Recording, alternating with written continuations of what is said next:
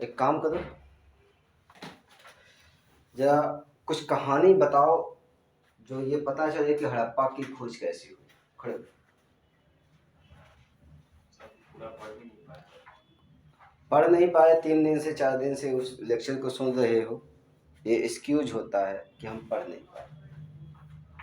लेकिन 3 से 4 दिन का जो लेक्चर आपने सुना है कुछ तो याद होगा। चलो एक काम करो, कितने स्थल मिले हैं अब तक? 1500 के आसपास। इसमें से 15 स्थल के नाम बताओ, कुछ तो याद होगा। जी बताओ। हड़प्पा, मोहनजोदड़ो, कालीबंगा, लोथल। ठीक है, हड़प्पा, मोहनजोदड़ो, कालीबंगा, लोथल है। लोथल, कालीबंगा। तुमसे पूछा है? जिससे पूछा। हाँ, और बताओ। मेहरगढ़। मेहरगढ़ है इसमें?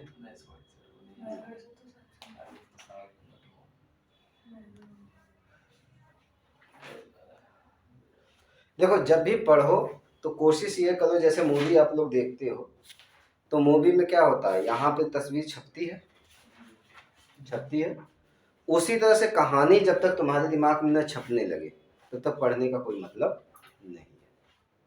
आप बताइए जरा तो, हड़प्पा सभ्यता की कहानी।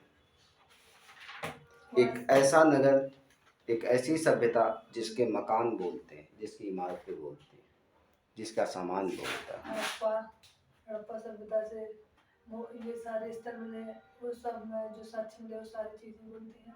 हाँ, कैसे बोलती हैं वो तो मैंने बताया ही कि बोलती हैं। जैसे वहाँ से का साक्ष्य उस टाइम पे, और घोड़े का, और ऐसे बहुत सारे साक्ष्य मिले हैं। क्या इंडिकेट करता है इसे? कुछ ना कुछ इंडिकेट करता होगा। उस टाइम के लोग इस टाइप से रहे होंगे। और कुछ बताइए। उस टाइम लोग कैसे रहते थे, क्या खाते थे, रहते थे कैसे, मतलब घरों में रहते थे। उस टाइम ईट पकी मिलती थी। उस टाइम जैसे हम लोग अभी जो स्विमिंग यूज करते उस टाइम ऐसा तालाब भी था और नाली भी बनाई हुई थी। और कुछ? वो जो संकोट पर काटते थे उस टाइम इंजीनियर गिरी हुई। देखो, तुम लोग यूपीएससी की तैयारी कर रहे, ये ध्यान रखना। यूपीएससी मतलब आईएएस मतलब राजा। तो तुम लोगों के अंदर एक चीज़ ये भी आना चाहिए कि धीरे धीरे तुम राजा बनने की जो है ट्रेनिंग कर, ठीक है? और ये जो ट्रेनिंग है तुम्हारी 12 से 15 महीने की जो ट्रेनिंग है, ये तुम्हें कहाँ से कहाँ पहुँचा देगी। ये जो समय है तुम्हारा, इसको या तो सदुपयोग कर लो या इसका दुरुपयोग कर लो। जिसने सदुपयोग किया वो आपसे आगे निकल जाएगा, आप ही के बीच से। जिसने दुरुपयोग किया वो क्या होगा, बर्बाद हो जाएगा। फिर कोई पूछने वाला आपको नहीं रहेगा कि आप कौन हो, क्या कर रहे हो, क्या नहीं कर रहे हो। समझ रहे हो? आप केवल अकेले रह जाओगे।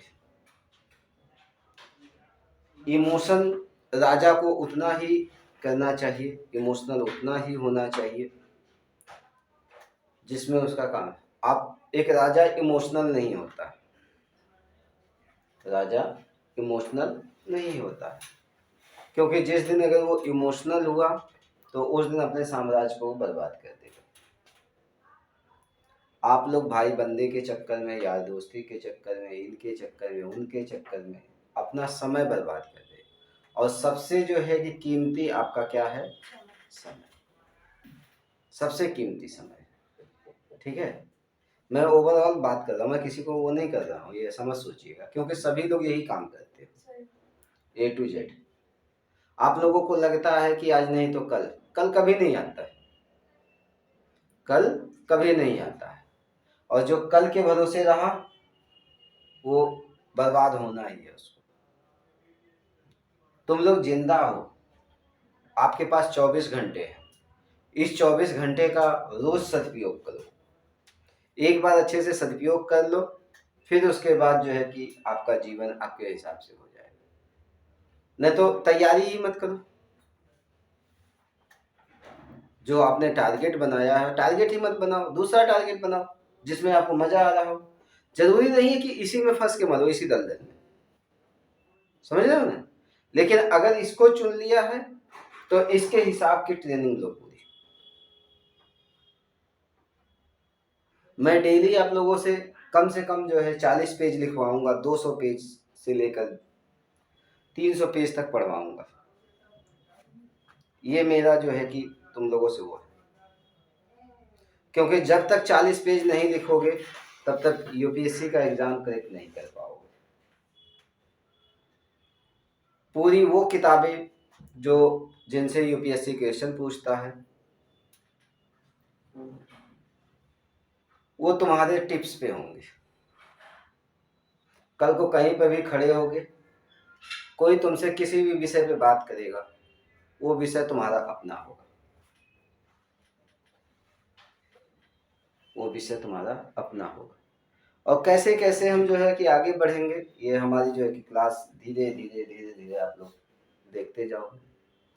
अभी मैं आपको एक हल्की सी ट्रेनिंग दे रहा हूँ, इसके बाद मेरी ट्रेनिंग दिन प्रतिदिन टफ होती जाएगी, क्योंकि मुझे आप लोगों के हर बच्चे के मुंह से एक ही शब्द सुनाई देना चाहिए, सिलेक्शन।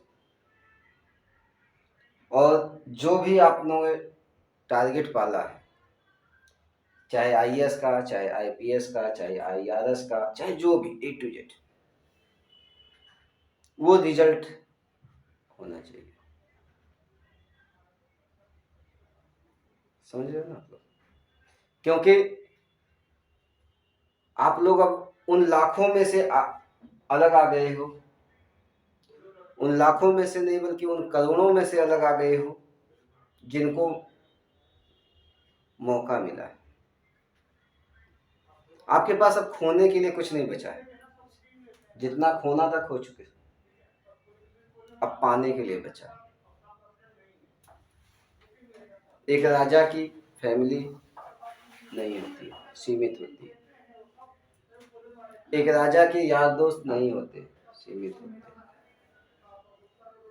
एक राजा का समाज सीमित होता है, वो सबके लिए करेगा लेकिन है वो अकेला, तभी तो राजा है, तभी तो कुर्सी पर बैठता है।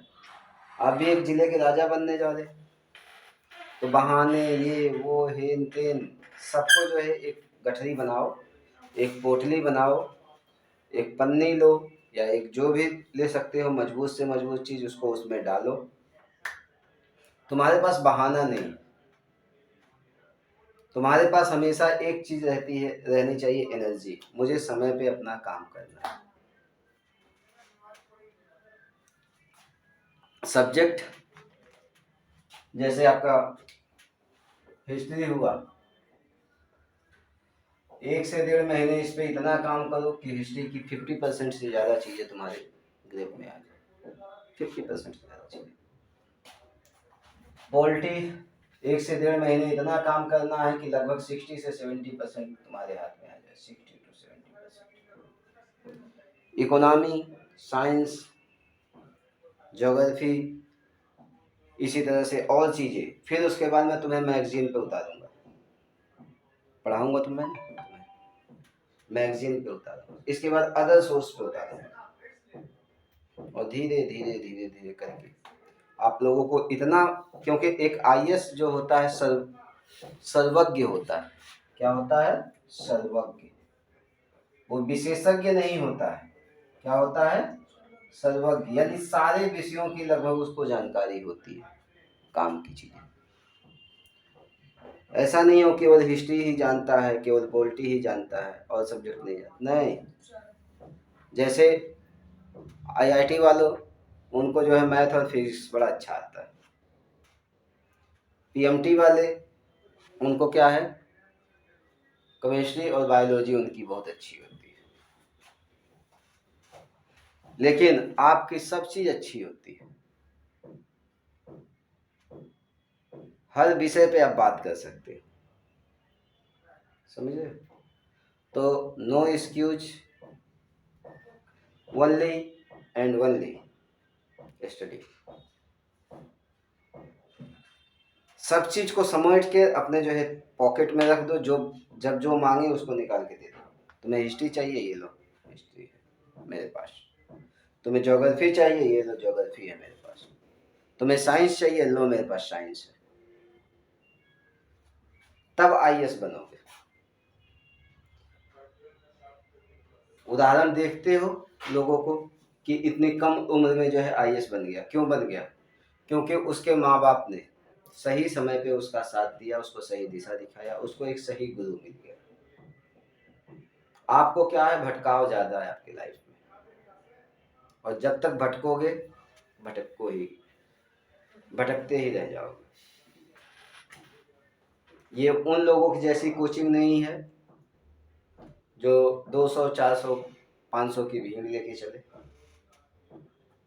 ये उनकी कोचिंग है जो कुछ करना चाहते हैं। इसमें हर बच्चे पे जो है कि इस तरह से ही फोकस किया जाएगा और करते रहेंगे। तो निकालिए